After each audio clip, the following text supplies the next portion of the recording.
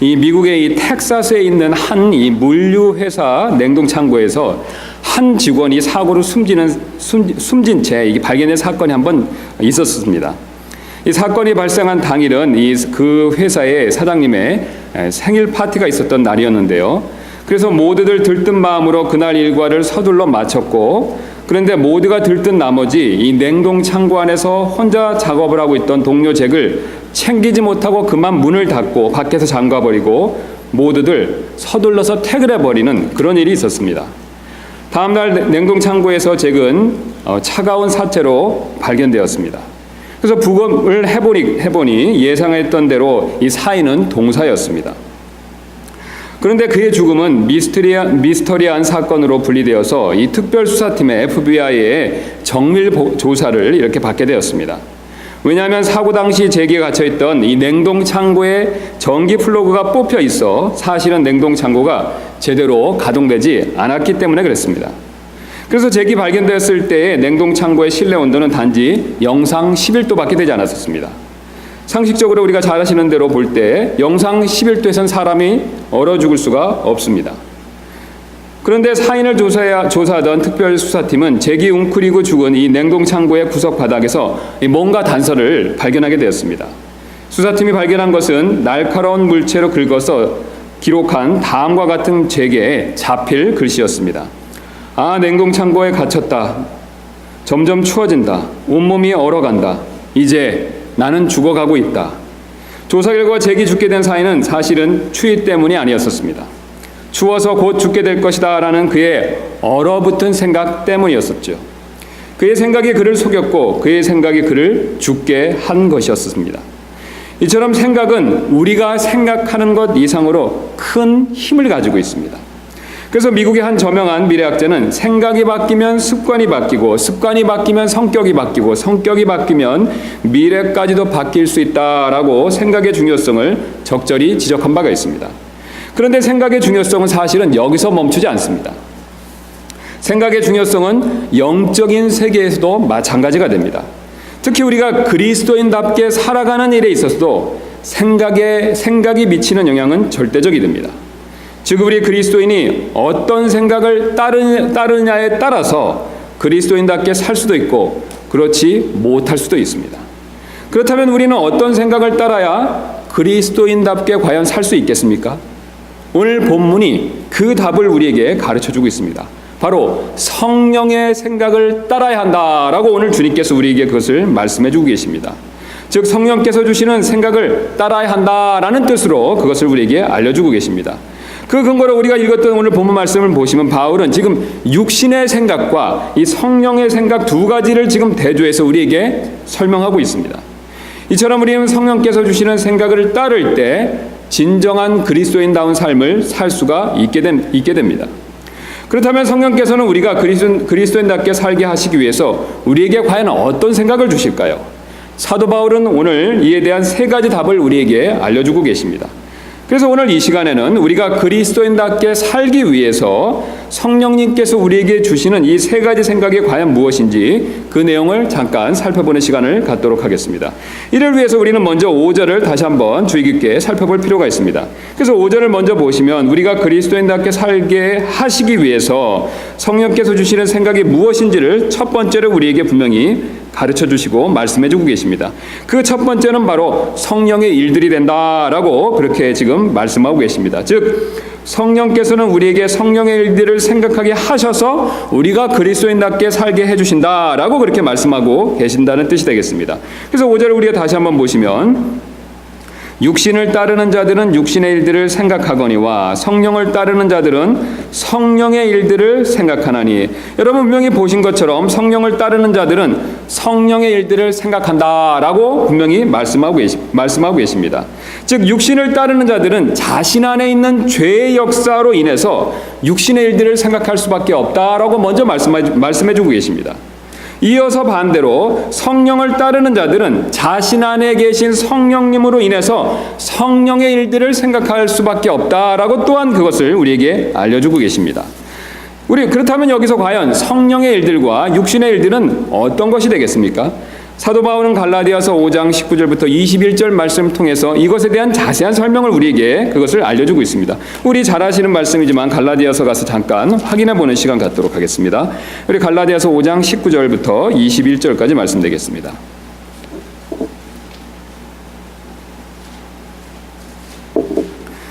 사도 바울은 갈라디아서 5장 16절부터 성령과 육신을 이렇게 대조해서 우리에게 그것을 말씀해주고 계십니다. 그래서 16, 17절 이어서 말씀하시고 그 다음에 19절에 이제 이렇게 말씀하고 계시죠. 이제 육신의 행위들은 명백하니, 여러분 지금 사도 바울께서 무엇을 말씀하고 계십니까? 육신의 행위에 대해서 말씀하고 계시죠. 즉 육신의 일들이 무엇인가에 대해서 19절에 이렇게 육신의 행위들은 이러하니라고 명백하니라고 하면서 그 내용을 지금 밑에서 이어서 18가지를 우리에게 말씀해 주고 계십니다. 그래서 이제 육신의 행위들은 명백하니 이것들이라 곧 간음과 음행과 부정함과 색욕과 우상 숭배와 마술과 증오와 불화와 경쟁과 진노와 다툼과 폭동과 이단파당과 시기와 살인과 술취함과 흥청됨과 또 그와 같은 것들이라. 그래서 지금 18가지를 이렇게 말씀해 주시고 나서 그래서 분명히 바울은 지금 육신의 행위가 어떤 것이다라는 것을 이렇게 자세히 말씀해 주시고 나서 그 다음에 이어지는 22절에서 성령의 행위들에 대해서 말씀해 주셔야 되는데 22절 말씀 보니까 어떻게 시작하고 있습니까, 여러분? 성령의 열매라고 말씀하고 계시죠. 그렇지 않습니까? 예, 지금 19절에서는 육신의 행위다라고 말씀하시고 나서 22절에서는 육신의 행위와 대조되는 쌍을 이루는 성령의 행위들이다라고 말씀을 하셔야 되는데 그렇게 말씀하고 계시지 않죠. 다르게 표현하고 계십니다. 바로 성령의 열매다라고 그렇게 말씀하고 계시죠. 지금 사실 사도 바울께서 성령의 행위나 또는 성령의 일들이라고 말씀하지 않으시고 성령의 열매다라고 표현하시는 데는 그 이유가 있습니다. 그 이유는 바로 이 성령께서 하시는 일은요, 우리 성령님께서 우리 안에서 역사하시는 그 성령님께서 하시는 일은요, 그 성령님께서 하시는 행위는요, 사람이 하는 일이나 행위와는 근본적으로 다르다라는 사실을 강조하시기 위해서 지금 그렇게 그것을 표현하고 있는 것이 됩니다. 여러분 쉬운 예로 한번 식물을 잘 한번 생각해 보시기 바랍니다. 식물이 열매 맺는 일은 기본적으로 누가 맺게 하시는 겁니까? 하나님께서 하시는 것이죠. 여러분 그 사실 정말로 믿으십니까? 예, 사람이 아무리 심고 물을 주어도 그 식물이 자라고 또 그 식물에 열매를 맺게 해주시는 분은 누구십니까? 하나님이시죠. 불신자들은 식물 자체가 스스로 그것을 열매 맺는다라고 생각하지만 성경은 결코 그렇게 말씀하고 있지 않습니다. 우리 주님께서 그 식물들조차도 말씀으로 지으시고 그 식물들에게 힘을 주시고 능력을 주셔서 하나님의 손 안에서 그 식물들이 자라고 또한 하나님의 손 안에서 그 식물들이 열매 맺게 한다라고 그것을 우리에게 분명히 말씀해 주고 계십니다. 그래서 심고 물 주는 것은 사람이 하지만 자라나고 열매 맺게 하는 것은 분명히 하나님께서 하시죠. 이처럼 하나님께서 식물의 열매를 자연스럽게 맺게 하시듯이 이와 동일한 원리로요, 성령님께서 성령의 일들을 우리 안에서 자연스럽게 열매 맺게 하신다라는 것을 지금 성령의 열매라는 말씀을 통해서 우리에게 그것을 보여주고 계십니다. 여러분 이게 무슨 뜻이 됩니까? 사람이 노력한다고 우리 안에 있는 성령의 열매가 맺어진다는 뜻이 아니라는 것이죠.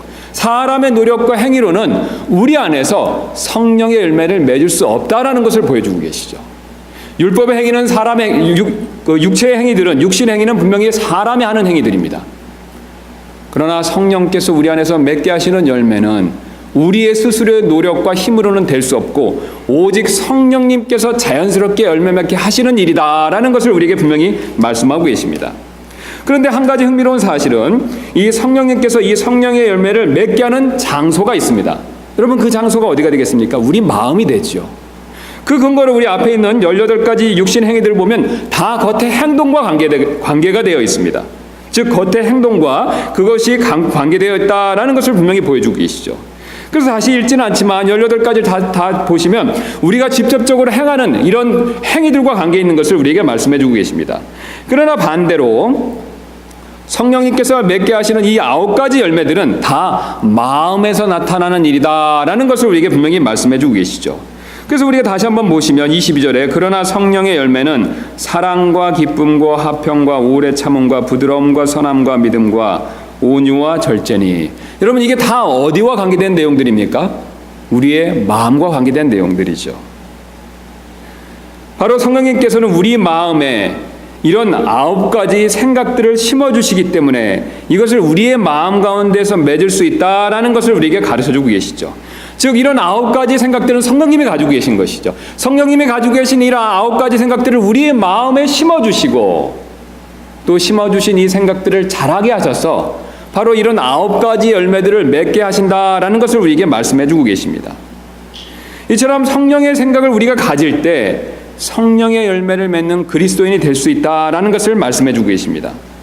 그리고 이런 성령의 생각을 가질 때 사실 그와 동시에 육신의 생각을 갖지 않게 될 것이다 라는 또한 놀라운 사실도 우리에게 그것을 분명히 말씀해주고 계십니다. 왜냐하면 육신적인 생각과 영적인 성령의 생각이 동시에 같은 마음을 차지할 수 없기 때문에 그렇죠.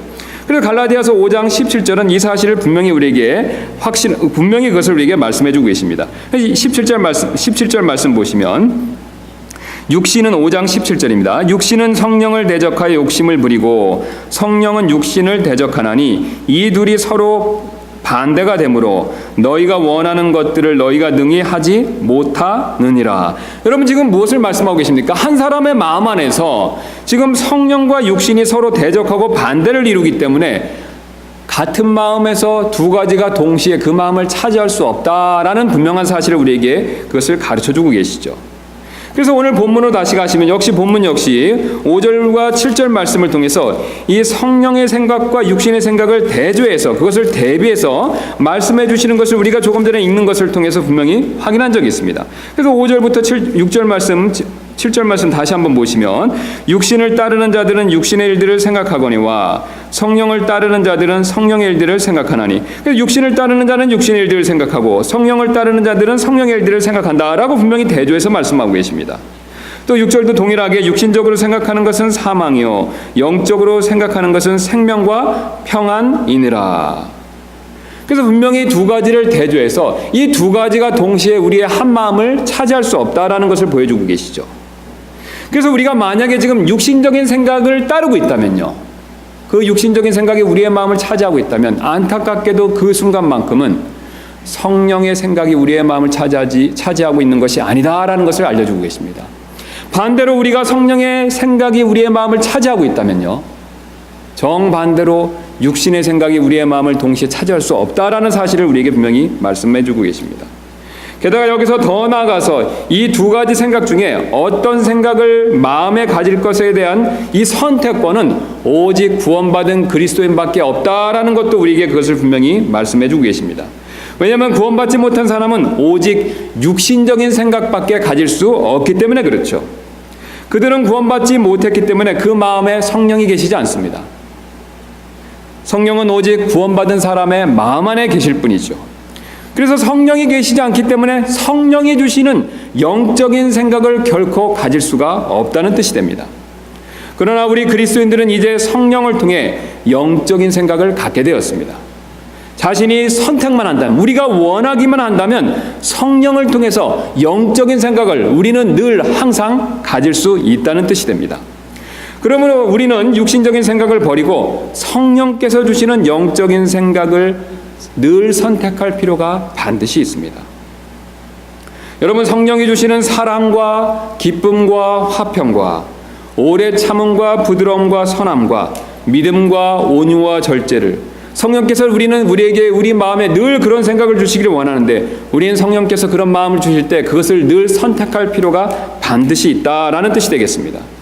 우리가 이런 성령님께서 우리에게 주시는 생각, 이 성령의 열매들을 우리 마음 가운데 맺게 했었을 때 죄와 사망의 법은 결코 우리 마음 가운데 맺어지는 이런 성령의 열매를 이길 수 없다라는 것을 또한 갈라디아서 5장 23절은 그것을 우리에게 분명히 말씀해주고 계십니다.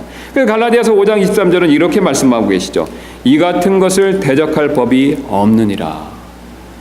성령께서 우리 가운데서 성령의 열매를 맺게 하시는 이 일을 대적할 수 있는 법이 없다라고 분명히 말씀하고 계십니다.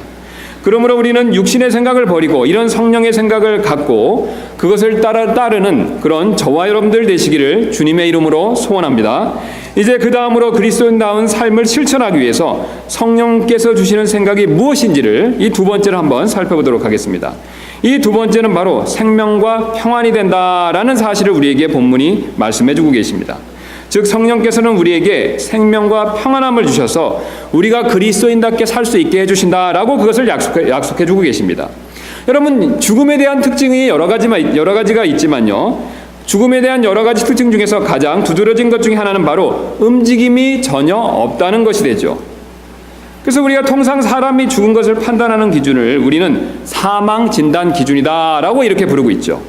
그래서 이 사망 진단 기준에 따르면요, 심장 박동과 호흡이 멎고 이 눈동자가 풀려 있어서 불빛에 반응하지 않을 때 보통 그것을 죽은 것으로 판정을 합니다.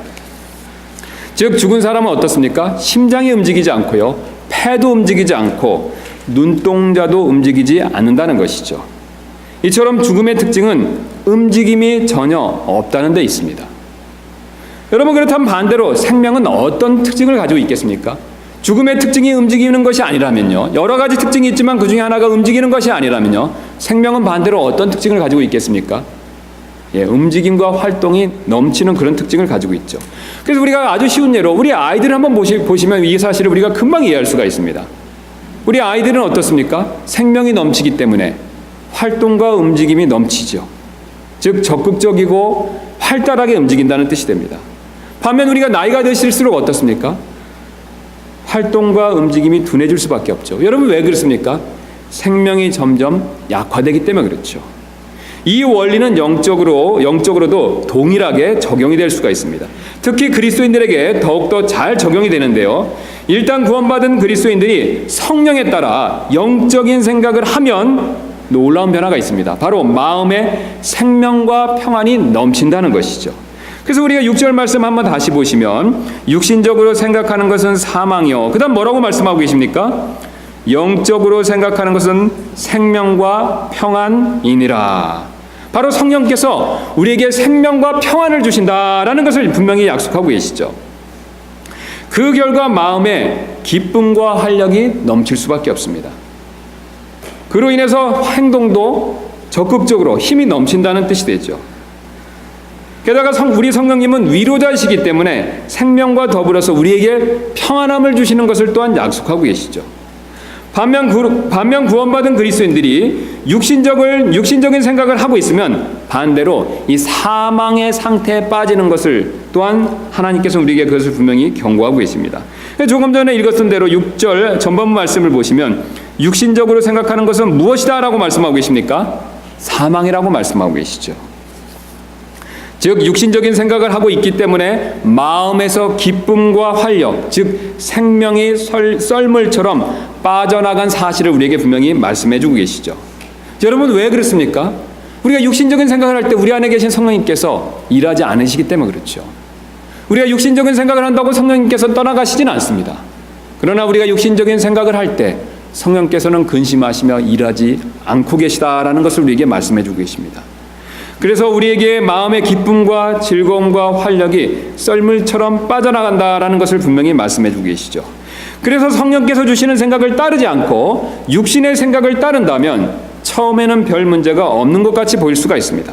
그러나 시간이 지날수록 기쁨과 활력이 서서히 사라지기 시작하죠. 그리고 침체되고 소극적인 상태에 빠져들기 시작합니다. 그래서 사실은 살아있는 것 같지만 실상은 힘이 없고 죽어있는 상태에 빠진 것이다 라고 그것을 우리에게 분명히 말씀해주고 계십니다. 사실 몸은 살아있지만 마음은 죽은 것이죠. 우리가 사실 육신적인 생각에 빠져있는 사람은 몸은 분명히 살아있습니다. 그러나 마음은 죽어있다라고 그렇게 그것을 알려주고 계십니다. 또 우리 몸에는 생명이 있지만 육신적인 생각에 빠진 사람은 마음에는 생명이 없다라고 그것을 분명히 말씀해주고 계십니다. 저희가 우리 집에서 이렇게 나오다 보면 그 앞에 이 크리스찬 스쿨이 하나 있습니다. 근데 그 크리스찬 스쿨의 그 뒤쪽 뜰에 큰 잔디밭이 있는데요. 요즘에 여름이라 거기는 뭐 이렇게 자동으로 물 주는 시설이 없어서 잔디가 완전히 이렇게 누렇게 말라버렸습니다. 그래서 완전히 누렇게 말라있는 잔디를 보면 분명히 그 뿌리는 살아있죠. 여러분 그렇지 않습니까? 그 뿌리는 살아있습니다. 그러나 줄기는 어떻습니까? 완전히 말라있죠. 뿌리는 살아있지만 줄기는 죽어있는 것이죠. 여러분, 육신적인 생각을 따를 때 우리도 그와 같은 상태일 수밖에 없다라고 주님이 그 사실을 우리에게 분명히 말씀해주고 계십니다. 우리는 구원받았기 때문에 우리가 육신적인 생각을 한다고 우리의 신분과 지위가 바뀌는 것은 아닙니다. 우리는 분명히 하나님의 자녀로서 우리의 신분에 변화는 없습니다. 그러나 우리가 육신적인 생각을 따를 때 우리 마음 안에 생명인 기쁨과 즐거움이 없다라는 것을 우리에게 분명히 말씀해주고 계십니다. 그래서 구원받은 그리스도인은 절대로 육신적인 생각을 해서는 안 된다라고 오늘 주님이 그것을 우리에게 분명히 말씀해주고 계십니다. 왜냐하면 비록 구원받아서 하나님의 자녀가 되긴 했지만 육신적인 생각 때문에 마음이 죽고 힘이 없어지기 때문에 그렇습니다. 그러니까 잘 아시는 대로 디모데전서 5장 6절에서는 쾌락에 빠져 사는 여자는 살아있으나 죽었다라고 그렇게 말씀하고 계십니다. 또한 예수님께서도 이 사실을 우리에게 이미 지적한 적이 계시는데요. 우리 사대교회에게 이렇게 말씀하신 적이 있습니다. 계시록 3장 1절부터 2절인데요. 내가 살아있다는 이름은 가지고 있으나 죽었도다. 사대교회는 살아있다라는 이름을 가지고 있지만 실상은 영적으로 죽었다라고 말씀하고 계십니다. 그래서 깨어서 남아있으나 죽으려 하는 것들을 강하게 하라라고 주님께서 그렇게 권면하고 계십니다. 그러므로 우리는 성령의 생각을 따라야 그리스도인다운 기쁨과 평안의 삶을 계속해서 누릴 수 있습니다. 성령께서 우리의 마음에 생명이 넘치는 기쁨과 평안함을 주신다라는 뜻이 되겠습니다. 그런 것을 풍성히 누리는 저와 여러분들 되시기를 주님의 이름으로 소원합니다. 이제 끝으로 그리스도인다운 삶을 실천하기 위해서 성령께서 주시는 생각이 마지막으로 무엇인지를 한번 살펴보도록 하겠습니다. 이 마지막으로 주시는 생각은 바로 순종이 됩니다. 즉 성령께서는 우리에게 순종하고자 하는 생각을 주셔서 우리가 그리스도인답게 살게 해주신다라는 뜻이 되겠습니다. 육신적인 생각의 가장 대표적인 특징은 바로 하나님에 대한 불순종이 되죠. 그래서 하나님의 명령과 법에 순종하지도 아니하고 또 결코 순종할 수도 없다라는 것을 오늘 본문이 보여주고 계십니다. 그래서 우리 다시 한번 본문으로 가시면 7절에서 이렇게 말씀하고 계시죠. 육신적인 생각은 하나님의 법에 복종하지 아니할 뿐 아니라 참으로 그리할 수도 없으므로 하나님과 원수되는 것이니라. 여러분, 지금 7절에서 사도 바울이 무엇을 말씀해 주고 계십니까? 육신적인 생각은 하나님의 법에 복종하지 않는다. 그것뿐만 아니라 또 무엇을 말씀하고 계시죠? 복종할 수도 없다는 것이죠. 우리가 육신적인 생각에 사로잡혀 있다면요, 그 순간만큼은 하나님의 법에, 하나님의 명령에, 하나님의 뜻에 순종하지도 않고요, 순종할 수도 없다라는 것을 말씀해 주고 계십니다. 여기서만 멈추는 것이 아니라 하나님과 그 순간만큼은 원수가 될 수도 있다라는 것을 경고해 주고 계시죠. 즉 우리가 육신적인 생각에 사로잡혀 있으면 완전히 불순종하는 상태에 빠져 있기 때문에 그 순간만큼은 하나님과 원수가 된다라는 것을 경고하고 계십니다. 사실 우리가 구원받아서 신분상은 자녀이지만 우리가 육신적인 생각을 한다면요, 그 순간만큼은 주님과의 교제 관계에 있어서, 신분상의 관계가 아닙니다, 주님과의 교제 관계에 있어서는 원수가 될 수 있다는 것을 말씀해 주고 계십니다. 우리가 앞에서 살펴봤던 갈라디아서 5장 17절에서 어떻습니까? 육신과 성령은요 항상 반대되는 것이죠. 우리가 성령의 생각을 따르지 않고요, 영적인 생각을 따르지 않고 육신의 생각을 따른다면요, 그 순간만큼은 성령을 거슬리고 성령을 반대하기 때문에 그 순간만큼은 하나님과 교제 관계에 있어서 생각 가운데서 원수가 될 수 있다라는 것을 경고하고 계십니다. 쉬운 예로 우리가 자식이 말을 잘 안 들으면 우리가 종종 어른들이 하시는 말이 있죠. 자식이 아니라 왼수야 왼수. 우리가 이렇게 말하는 것과 비슷한 원리가 되겠습니다. 우리가 자식이 말을 안 들었다고 왼수야 왼수라고 말한다고 해서 그 자식이 실제적으로 부모 자식 간의 관계를 떠나서 원수가 됩니까? 그렇진 않죠. 분명히 부모 자식 간의 관계는 변함이 없습니다. 그러나 부모와 자식 간의 교제 관계에 있어서는 그 순간만큼은 서로 반대하는 원수가 된다는 것이죠. 이와 동일한 원리가 됩니다. 우리가 분명히 구원받았기 때문에 그리스도의 의를 덧입고 있기 때문에 우리는 신분상 절대로 하나님과 우리 사이의 관계를 가를 수 있는, 막을 수 있는, 끊을 수 있는 것이 아무것도 없습니다. 그러나 우리가 안타깝게도 어떤 한 시점에서, 어떤 한 순간에 우리 안에 계신 성령의 생각, 영적인 생각을 따르지 않고 육신의 생각을 따를 때 그 순간만큼은 주님과의 교제 관계에 있어서 원수가 될 수 있다는 것이죠. 그래서 육신적인 생각을 하면 절대로 하나님을 기쁘시게 할 수 없다라는 것을 바울은 이어서 8절에서 이렇게 말씀하고 계십니다. 그런즉 이와 같이 육신 안에 있는 자들은 그 다음에 뭐라고 말씀하고 계십니까? 하나님을 기쁘게 할 수 없느니라. 여러분, 우리가 안타깝게도 육신의 생각을 하는 그 순간만큼은 하나님을 절대로 결코 기쁘게 할 수 없다라는 것을 우리에게 말씀해 주고 계십니다. 그러나 여기 기쁜 소식이 있습니다. 반대로 성령님께서는요, 우리가 순종하고자 하는 생각을 주셔서 하나님께 복종할 수 있게 만들어 주시는 분이 됩니다. 왜냐하면 성령님 스스로가 절대적으로 하나님의 뜻에 순종하는 분이 되시기 때문에 그렇습니다. 성령님은 삼위 하나님 가운데 한 분이십니다. 여러분 정말 그 사실 믿으십니까? 예, 우리 아버지도 하나님이시고 아들도 하나님이시고 성령님도 하나님이시죠. 분명히 성령님 역시 하나님이 되십니다. 그래서 성령님 역시 하나님으로서 자신의 뜻과 의지를 분명히 가지고 계시죠. 고린도전서 12장 11절 가서 잠깐 확인해 보는 시간 갖도록 하겠습니다. 고린도전서 12장 11절입니다. 성경이 이 사실을 우리에게 분명히 보여주고 계시죠.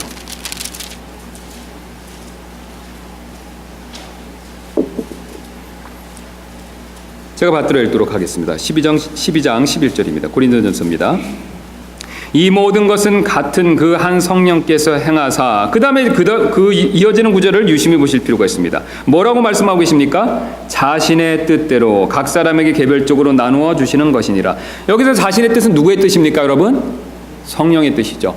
성령은 분명히 자신의 뜻을 가지고 계십니다. 여러분, 왜 성령께서 자신의 뜻을 가지고 계십니까? 그분 역시 누구시기 때문에 그렇습니까? 하나님이시기 때문에 그렇죠. 그러나 놀랍게도요, 성령님께서는 우리 예수님처럼, 우리의 구원자 되신 예수님처럼 항상 하나님께 순종하는 분이십니다. 요한복음 16장 13절입니다.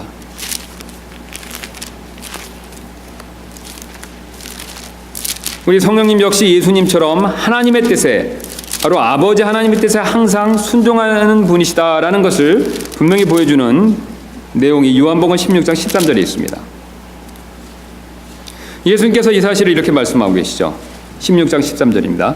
그러나 그분 곧 진리의 영께서 성령께서 오시면 너희를 모든 진리 가운데로 인도하시리니 그분은 스스로 말씀하지 아니하시고 무엇이든지 자기가 들은 것만을 말씀하시며 앞으로 일어날 일들을 너희에게 보이시리라. 그분은 자신의 뜻과 생각을 분명히 가지고 계시지만, 여러분, 그분은 누구의 뜻에 따라서만 말씀하신다라고 지금 우리에게 그것을 알려주고 계십니까? 예, 아버지의 뜻에 따라서만 그것을 말씀하신다라고 그것을 우리에게 분명히 말씀해주고 계시죠. 또 로마서 8장 27절에서는 이렇게 말씀하고 계십니다. 마음을 살피시는 분께서 성령의 생각이 무엇인지 아시나니 이는 그분께서, 성령께서 하나님의 뜻대로 성도들을 위해 중보하시기 때문이니라. 성령께서 우리 가운데 중보하시는데요, 이 중보하시는 성령님의 뜻은요, 항상 하나님의 뜻과 일치해서 우리를 위해서 중보하신다라고 말씀하고 계십니다. 여러분, 성령님은 분명히 하나님으로서 자신의 뜻과 계획과 어떤 생각들을 가지고 계십니다. 그러나 그분은 예수님처럼 역시 동일하게 아버지 하나님의 뜻에 전적으로 순종하신다라는 사실을 우리에게 분명히 말씀해 주고 계시죠. 그러므로 이처럼 하나님께 순종하는 마음을 가지신 성령님께서 우리의 마음 가운데서도 항상 하나님과 다른 사람에게 순종하고자 하는 생각을 주신다라는 것을 우리에게 알려주고 계십니다. 여러분, 우리 가운데 성령님이 계십니다. 여러분 정말 이 사실을 믿으십니까? 그런데 우리 성령님께서 하시는 일 중에 하나는요, 바로 우리 마음 가운데서 자신이 아버지에게 순종하는 것처럼 우리 마음 가운데서 우리가 역시 아버지께 순종하고자 하는 그런 생각을 주신다라는 것을 알려주고 계시죠. 그 대표적인 구절이 바로 에베소서 5장 18절이 되겠습니다. 우리 성령님의 생각을 완전히 따라서 성령님의 완전한 충만을 받았을 때 바로 이런 순종의 결과가, 순종의 열매가 있다라는 것을 사도 바울이 가르쳐주고 계시죠. 5장 18절 되겠습니다. 우리가 너무나도 잘 아시는 말씀이 됩니다. 에베소서 5장 18절 이렇게 시작하고 계시죠. 술 취하지 말라. 거기에는 과도함이 있나니 그 다음에 뭐라고 말씀하고 계십니까? 오직 성령으로 충만하라. 자, 성령으로 충만했을 때 열매들을 19절부터 계속해서 이 장의 마지막까지 말씀하는데요. 그 중에서 첫 번째 열매가 어떤 것이냐면 시와 찬송과 영적 노래죠. 성령이 충만한 우리가 저절로 찬송이 나온다는 것이죠. 왜냐하면 성령님께서 하나님을 찬양하는 영이시기 때문에 그렇습니다. 아들을 높이시는 영이시기 때문에 그렇다는 것이죠. 그런데 거기서만 멈추는 것이 아니라요, 찬송에 이어서 성령이 충만했을 때 성령께서 우리의 가운데서 행하시는 두 번째 일을 20절에서 말씀하시는데요. 모든 일로 인해 우리 주 예수 그리스도의 이름으로 항상 하나님 곧 아버지께 감사하고, 21절입니다. 하나님을 두려워하는 가운데 서로에게 복종하라. 여러분은 성령께서 어떤 일을 우리 가운데서 행하신다라고 말씀하고 계십니까? 복종하게 하는 일을 행하신다라고 말씀하고 계시죠. 성령 충만의 열매로서 찬양과 감사와 복종이 있다라는 것을 말씀하십니다. 그래서 그 유명한 22절에 아내들아 너희 남편에게 복종하기를 주께 하듯 하라라고 말씀하시는 거죠. 우리 자매님들은 이 사실을 잘 아십니다. 성령 충만할 때만 남편에게 순종하실 수 있지 않습니까? 여러분, 육신을 따를 때 어떻습니까? 남편에게 순종하기 어려우시죠. 사실 성령 충만할 때만 우리가 마음으로부터 진정으로 남편에게 순종할 수가 있죠. 24절에도 동일한 내용을 말씀하고 계십니다. 그러므로 교회가 그리스도께 복종하듯이 아내들도 이 모든 일에서 자기 남편에게 복종할지니라. 아내가 남편에게 복종하는 일을 교회가 그리스도께 복종하게 하는 일로 비교해서 말씀하시는데요. 여러분, 교회가 그리스도께 복종할 때 그 일을 하시는 분이 누구십니까? 성령님이시죠. 특별히 성령님이 우리 마음 가운데서 충만하게 일하시고 역사하셨을 때 우리를 그리스도께 복종하게 하고 우리를 하늘에 계신 아버지께 복종하게 한다. 그런 생각, 순종하고자 하는 생각을 주신다라는 생각을 말씀해 주고 계십니다. 그러므로 성령을 따르는 사람은 사실 하나님 보시기에 순종하는 사람이 됩니다. 또 바로 성령 충만한 사람은 하나님 보시기에 복종하는 사람이 된다는 것이죠. 더 나아가서 우리가 생각하는 영적인 사람은요, 사실은 가장 순종하는 사람이 됩니다. 그래서 성령님께서는 우리가 우리의 순종에 관해서 히브리서 3장 7절부터 8절에서 이렇게 말씀하신 적이 있습니다. 그러므로 성령님께서 이르시기를 오늘 너희가 그분의 음성을 듣거든 경노하게 하던 때와 광야에서 시험하던 날에 한 것 같이 너희 마음을 강팍하게 하지 말라. 성령께서 우리에게 말씀해 주고 계십니다. 주님의 음성을 들었을 때요, 주님의 명령을 들었었을 때 우리의 마음을 강팍하게 하지 말라고 성령께서 우리에게 권면해 주고 계십니다. 그리고 이어서 계시록에서는 신약 성경에서, 아니 전체 성경에서 유일한 말씀을 해주고 계시죠. 바로 계시록에서 우리에게 성령께서 순종과 강에 대해서 이런 말씀을 우리에게 주고 계십니다. 계시록 2장 7절 전반부 말씀이 됩니다. 귀 있는 자는 성령께서 교회들에게 말씀하시는 것을 들을지어다. 계시록 2장 11절 전반부 말씀이 됩니다. 귀 있는 자는 성령께서 교회들에게 하시는 말씀을, 교회들에 말씀하시는 것을 들을지어다. 계시록 2장 17절 전반부 말씀됩니다. 귀 있는 자는 성령께서 교회들에 말씀하시는 것을 들을지어다. 계시록 2장 29절 말씀입니다. 귀 있는 자는 성령께서 교회들에 말씀하시는 것을 들을지어다. 계시록 3장 6절입니다. 귀 있는 자는 성령께서 교회들에 말씀하시는 것을 들을지어다. 계시록 3장 13절입니다. 귀 있는 자는 성령께서 교회들에 말씀하시는 것을 들을지어다. 계시록 3장 22절 말씀입니다. 귀 있는 자는 성령께서 교회들에 말씀하시는 것을 들을지어다. 여러분, 놀랍지 않습니까? 성경에서 유일하게 똑같은 말씀을 7번 말씀하시는 내용이 됩니다. 여러분, 똑같은 말씀을 7번 말씀하셨는데 그 내용이 무엇이 됩니까? 귀 있는 자는 성령께서 교회들에게 하시는 말씀을 들어야 한다라고 그렇게 그것을 말씀해 주고 계십니다. 주님은 오늘 우리에게도 동일한 말씀을 주십니다. 우리 갈보리 사랑침례교회 성도들에게 귀 있는 자는 주님이 주시는 말씀에 귀를 기울여야 된다. 그 말씀을 들어야 된다라고 그것을 우리에게 알려주고 계십니다. 성령께서는 이처럼 우리가 주님의 말씀에 순종하기를 원하고 계십니다. 주님은 우리의 순종을 사실은 무엇보다도 기쁘게 여기십니다.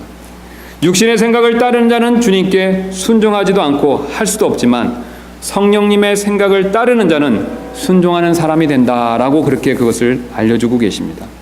그래서 육신적인 생각을 따르는 자는 주님을 결코 기쁘시게 할 수가 없습니다. 그러나 성령의 생각을 따르는 자는 주님을 분명히 기쁘시게 할 수 있다라는 것을 우리에게 알려주고 계십니다. 그러므로 주님을 기쁘시게 하기 위해서 성령님의 음성에 따라 순종하는 저와 여러분들 되시기를 주님의 이름으로 소원합니다. 우리 잠깐 기도하는 시간 좀 갖도록 하겠습니다. 지금 이 시간에 우리 성령의 생각을 따라